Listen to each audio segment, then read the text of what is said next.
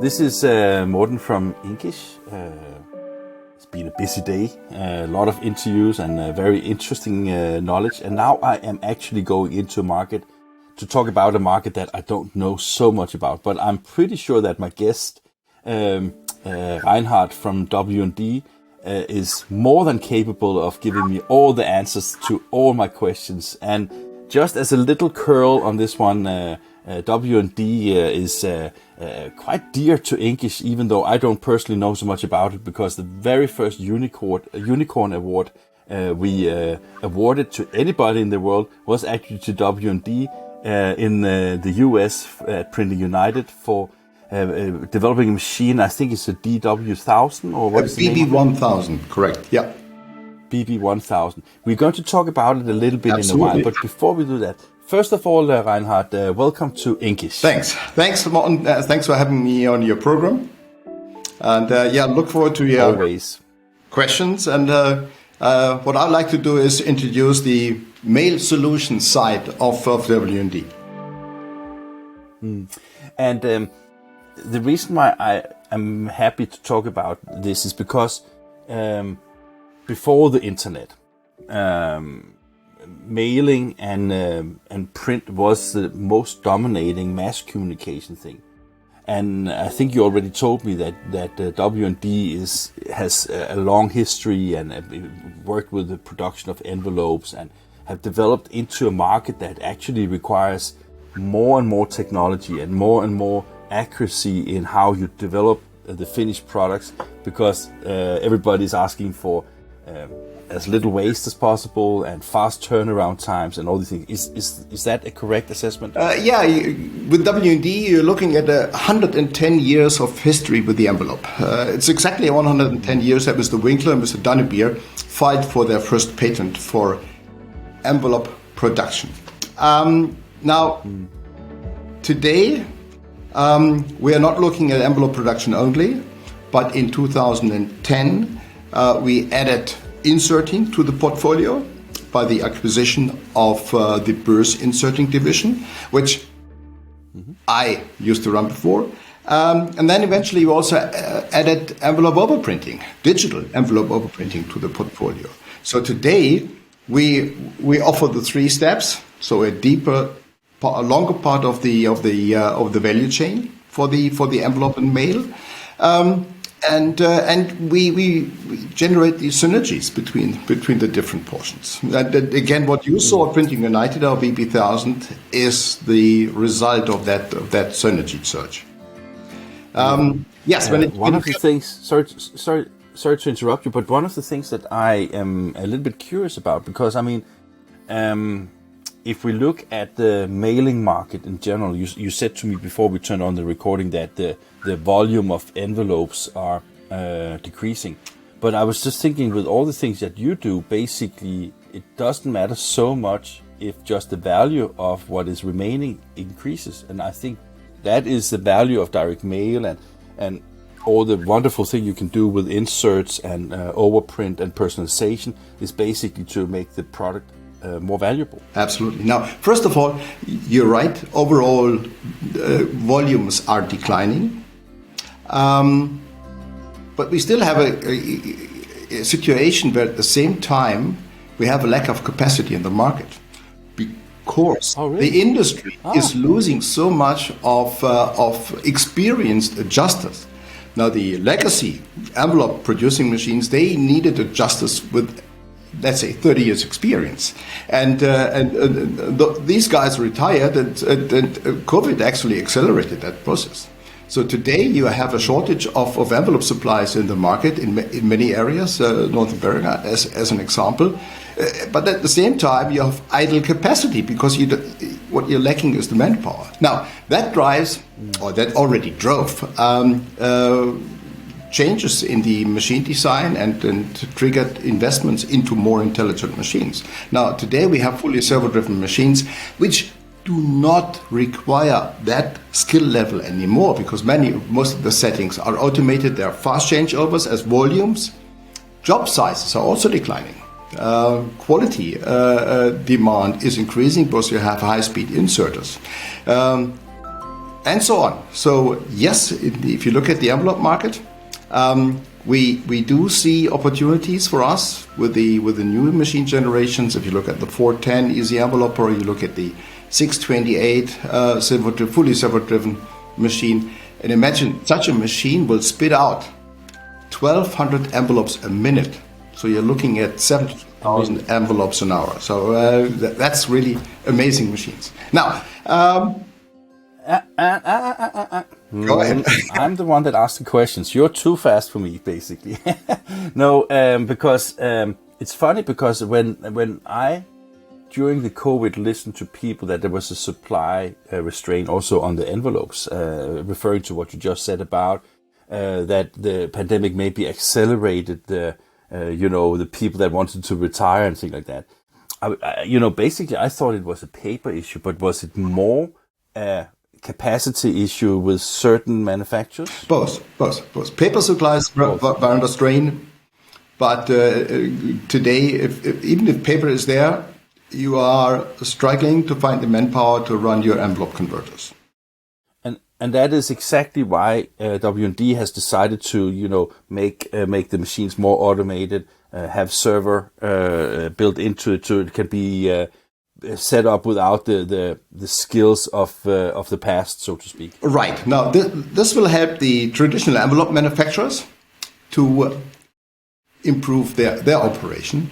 But at the same time, that process was already in process, because we were also looking at the printer mailer, who was looking for in-house production. Now, given the fact that personalization is driving mailings today, and we are producing fully personalized envelopes. Now, you can't produce those outside. You have to produce these inside. We are producing with the 410 fancy types of envelopes. The TED-C envelope in the US, something that's not known in Europe really. That's the non-rectangular envelope that has a shaped trailing edge. And interesting enough, is promoted by the USPS, whereas it is penalized in the Europe. Yeah, I saw that because I think that when I looked at also the USPS, and also I don't know how it's in Germany, but in Denmark they are very. You have really a limited creativity in the shapes of your mailing system, because basically all the mail handling systems are not geared towards this thing. But then I saw the USPS basically promote anything that can go mail, because and think of this for a second.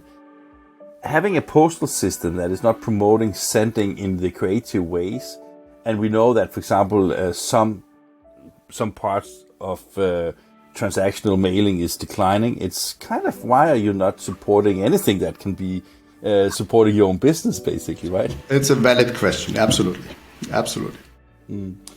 And with all the things that you mentioned about these different types of envelopes, and that the need of making it in-house,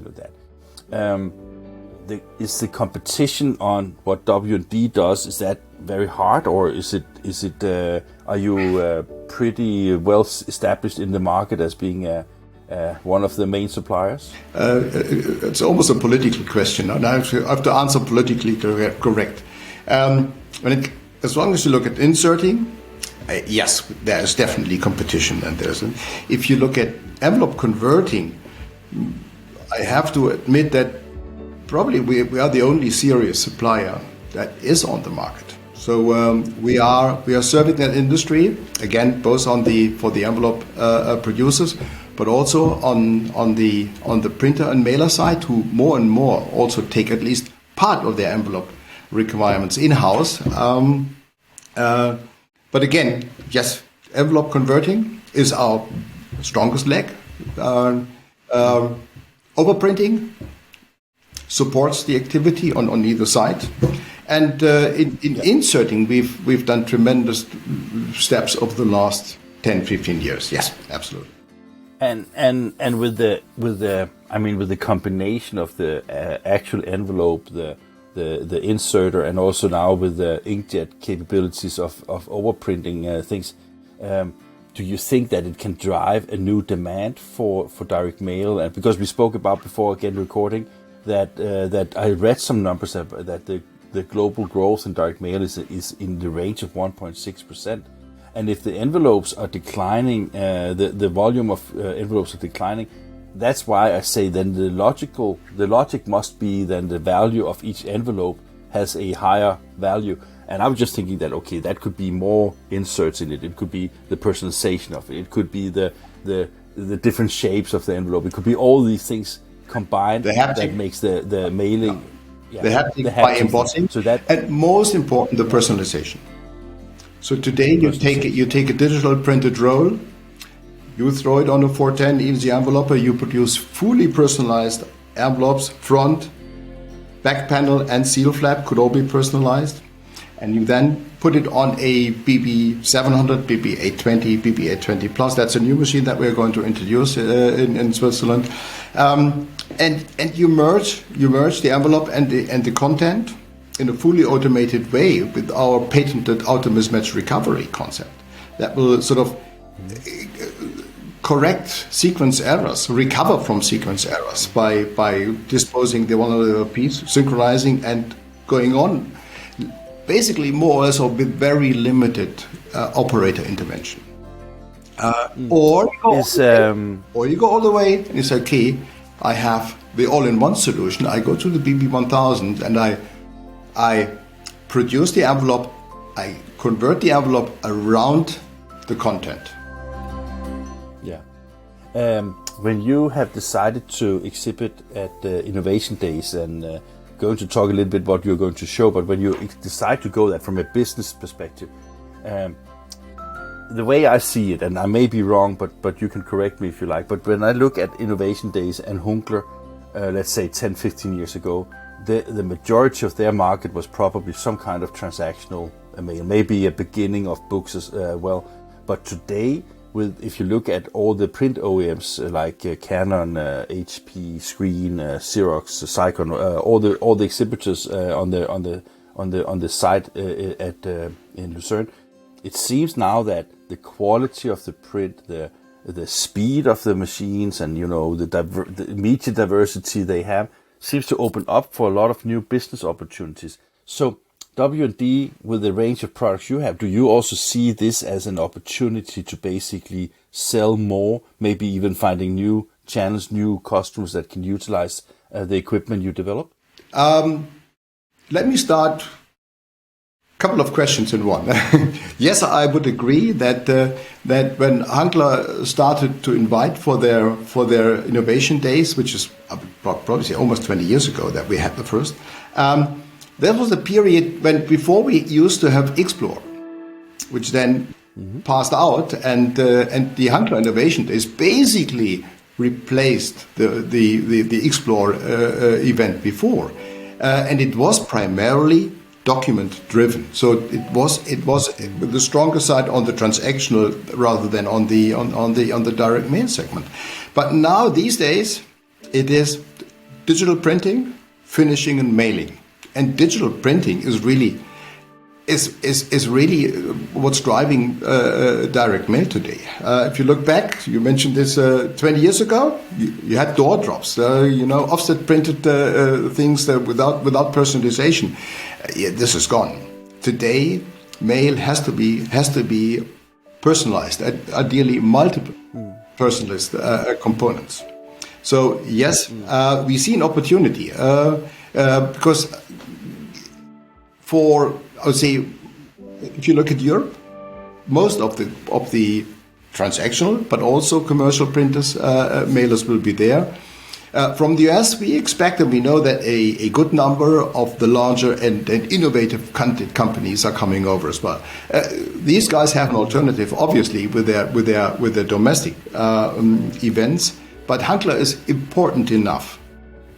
That is definitely sure, and I mean it's like it's only digital, so it really is focusing on digitally produced paper-based communication, to be honest, right? So maybe it makes sense, because if you look at Printing United and some of the other events in the US, it's like a mix of everything, basically. Already rather concentrated, but if you compare it to, say, Drupa next year, there you have your label printing, you have newspaper printing, magazine printing, and it's really the sort of the personal approach. What we focus on at Hunkeler, it's the digital print, finishing, and mailing. I can't help think about one thing you mentioned here, because I didn't even take that into consideration. But when you say that we used to use the door drops and now people need the personalized kind of information, do you think that the growth that is seen in direct mail is actually a part of the drop that you see in the door deliveries? Oh yeah, I was just direct mail is an important channel for a one-to-one approach to customer. Of course. And in order to be effective today, it needs to be personalized. It needs to have quite high quality. It needs to be targeted. You cannot throw a mailing to millions of people anymore. The jobs are getting smaller because they're getting more targeted, and by that. And also because there is... Yeah, sorry. It's just a little delay here. No, it is also because when you see the legislation in particular in Europe, it's a lot of discussion whether door drops should be opt-in or opt-out. But if it's a mail that is addressed to you, basically it will end in your mailbox, right? Exactly. So obviously even though there is a higher postage to it, if you get bulk rates, at least on some of the larger post distributors, you can actually get a reasonable price on bulk deliveries, and therefore make it more competitive compared to door drops, which is maybe often just thrown away, right? Absolutely. Yeah. So, Reinhard, Innovation Days, what can people expect to see there? We'll be presenting our new flagship inserter, our new BB 820 Plus. Now, growing from a BB 700, which over years has been our workhorse and the workhorse for the industry. If you look at commercial print operations, again, Europe, North America. If you look at non-profit mailings, if you look at certain niches that we are in, like school footers, but also if you look at the transactional side, if you look at the service bureaus, healthcare operations, and very important for us, because we are really clear market leader in that segment, vote by mail applications, specifically in the US. Now, with the introduction of the BB 820 a couple of years ago, we increased the performance potential by 25% from 16K to 20K. Whoa. But with a limited size range that would go up to a C5 or a 6.5 by 9.5 in the US. Now, with the BB 820 Plus, we are now adding that flats capability to the 820. So we're having a high-speed inserter that would run 20,000 products, envelopes an hour, with high consistency, perfect control of the envelope, intelligent features, etc., which at the same time also has flats capability. And not only the flats capability of it doesn't go just to the 9 by 12 or 10 by 13. It even has an extended size range to the smaller segment. Okay. Most inserters stop with the number 10 or a number 9 in the US. We go down to a 7.75 and a US number 7.